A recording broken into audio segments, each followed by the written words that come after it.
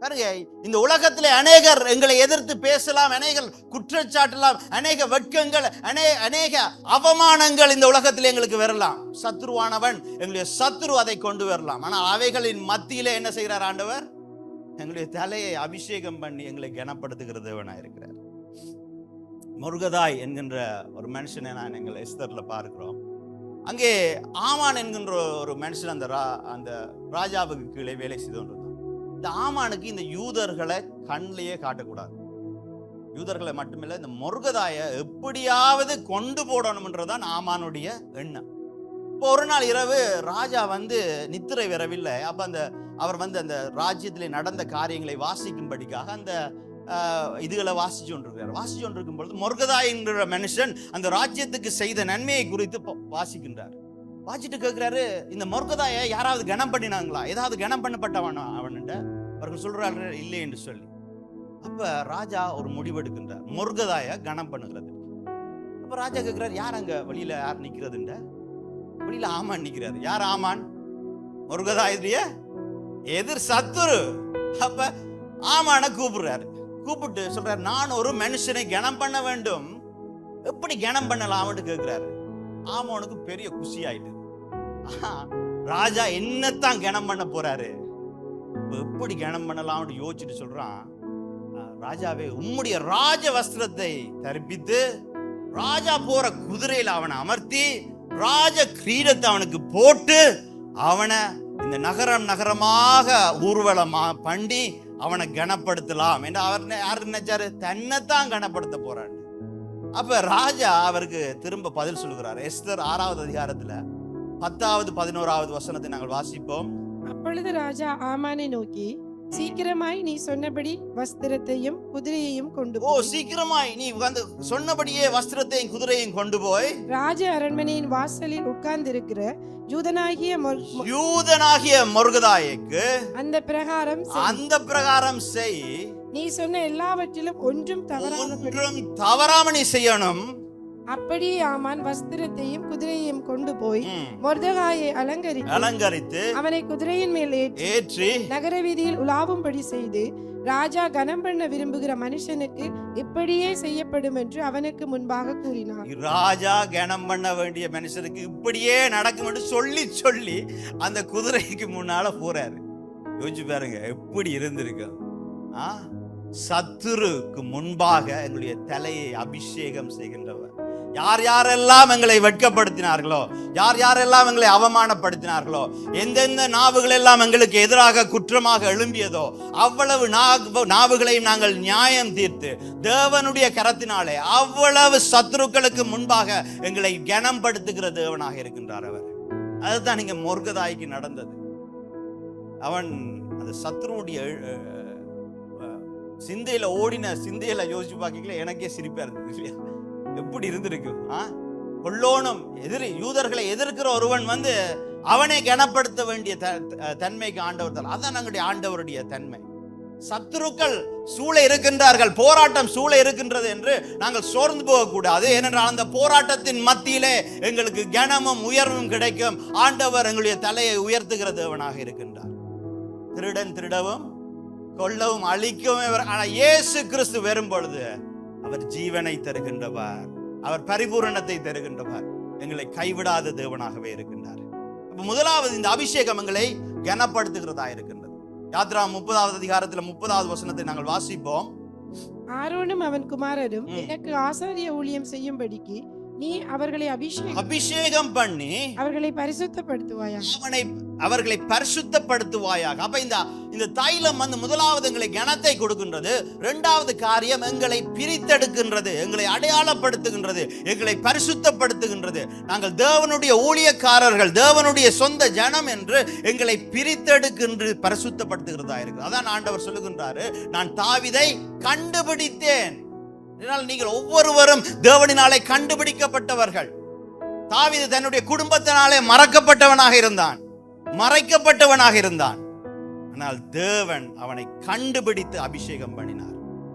நாங்கள் ஒவ்வொருவரும் இந்த உலகத்தினாலே மனிதர்களினாலே, மற்றவர்களினாலே நாங்கள் அங்கீகரிக்கப்படாதவர்களாக இருக்கலாம், மறக்கப்பட்டவர்களாக இருக்கலாம். ஆனால் தேவன் எங்களை கண்டுபிடித்து, எங்களை அடையாளப்படுத்தி, எங்களை அபிஷேகித்து, எங்களை பரிசுத்தப்படுத்தி அவருடைய காரியத்துக்காக செல்லும்படிக்காக அதிகாரமும் கொடுத்திருக்கின்றார்.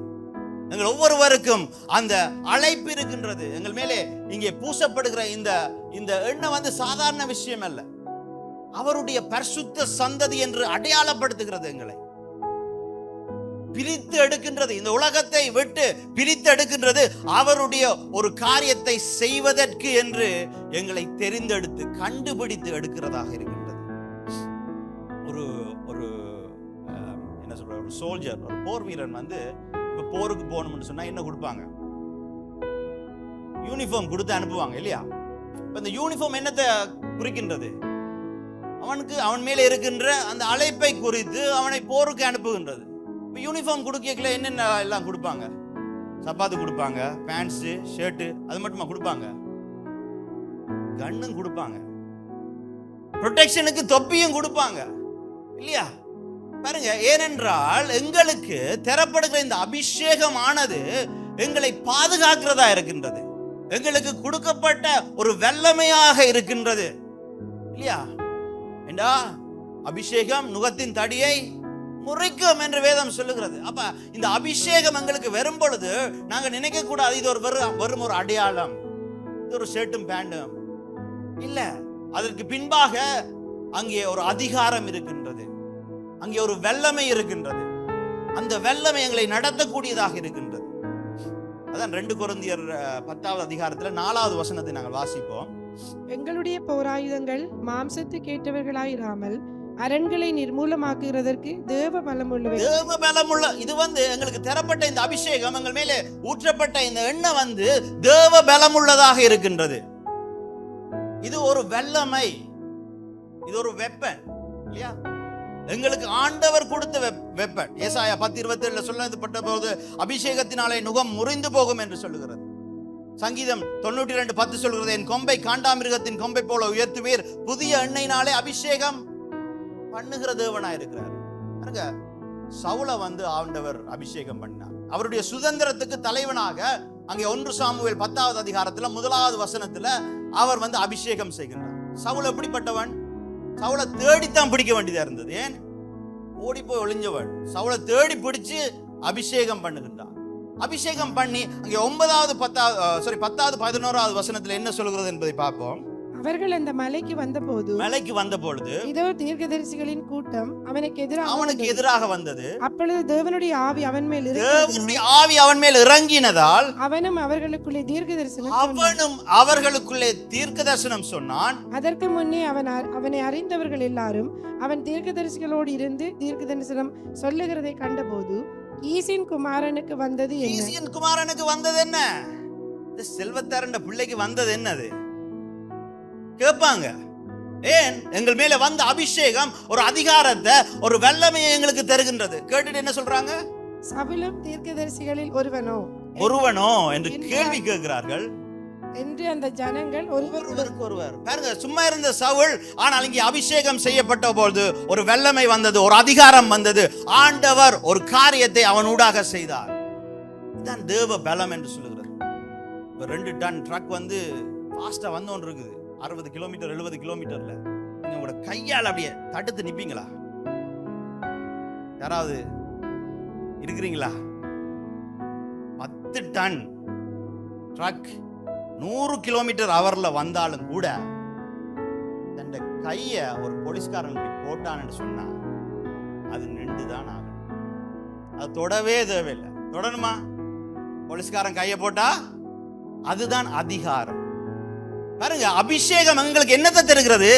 அது நாங்க போய் ட்ரக்க தள்ள தேவையில்லை, கைய போட்டு நிப்பாட்டலாம். ஏன்? அந்த அதிகாரத்துக்கு அவ்வளவு வல்லமை இருக்கின்றது. எங்கள் மேலே ஆண்டவர் எங்களை கண்டுபிடித்து தெரிந்து கொண்டு அடையாளப்படுத்தி இருக்கிறார். ஒரு காரியத்தை தேவனுடைய ராஜ்யத்திலே ஒரு அழைப்புக்காக ஸ்பெசிபிக்கான ஒரு அபிஷேகம் எங்கள் மேலே வைக்கப்பட்டிருக்கிறது. இந்த அபிஷேகம் என்ன செய்கிறது?